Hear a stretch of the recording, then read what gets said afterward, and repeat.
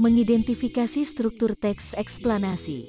Struktur teks eksplanasi umumnya terdiri dari beberapa bagian yang saling terkait, yaitu 1. Pengenalan. Bagian ini berisi kalimat atau paragraf pendahuluan yang bertujuan untuk memperkenalkan topik atau fenomena yang akan dijelaskan dalam teks eksplanasi.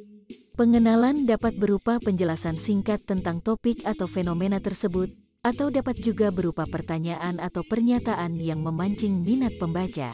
2. Penjelasan. Bagian ini merupakan bagian utama dari teks eksplanasi. Di dalam bagian ini, penulis menjelaskan topik atau fenomena yang sedang dibahas secara rinci dan terperinci.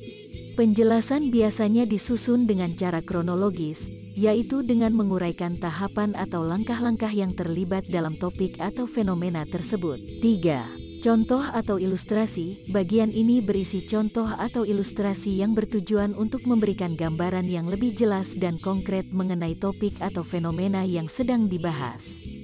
Contoh atau ilustrasi ini dapat berupa gambar, diagram, atau tabel yang memperjelas penjelasan yang telah disampaikan.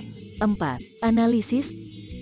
Bagian ini berisi analisis atau evaluasi dari topik atau fenomena yang telah dijelaskan sebelumnya. Analisis ini biasanya didasarkan pada fakta atau data yang telah dikumpulkan dan bertujuan untuk menunjukkan kelebihan, kekurangan, atau dampak dari topik atau fenomena tersebut. 5. Kesimpulan. Bagian ini merupakan bagian penutup dari teks eksplanasi dan berisi rangkuman dari semua yang telah dijelaskan sebelumnya.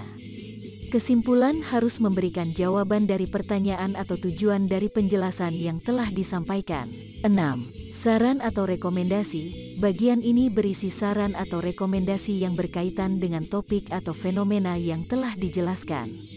Saran atau rekomendasi ini biasanya didasarkan pada analisis yang telah dilakukan sebelumnya dan bertujuan untuk memberikan ide atau saran tentang apa yang dapat dilakukan untuk meningkatkan atau memperbaiki topik atau fenomena tersebut. Dalam mengidentifikasi struktur teks eksplanasi, penting untuk memahami setiap bagian dan cara penyajian informasi yang diberikan oleh penulis.